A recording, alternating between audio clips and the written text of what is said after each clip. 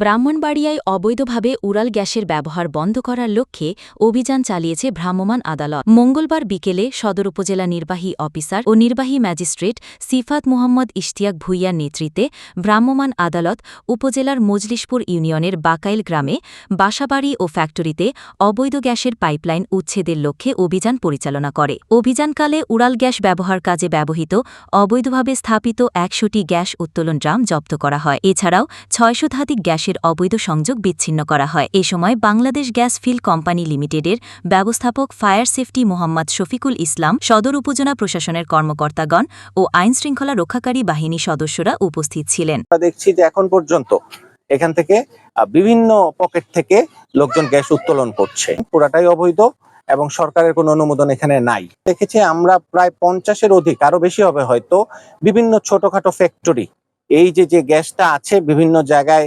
পকেটকৃত gas সংযোগ নিয়ে ছোট ছোট শিল্প কারখানা পরিচালনা করছে। আমরা ওই ড্রামগুলা জব্দ করেছি, আমাদের ইউনিয়ন পরিষদে ন্যস্ত করেছি, পাইপগুলো আমরা কেটেছি।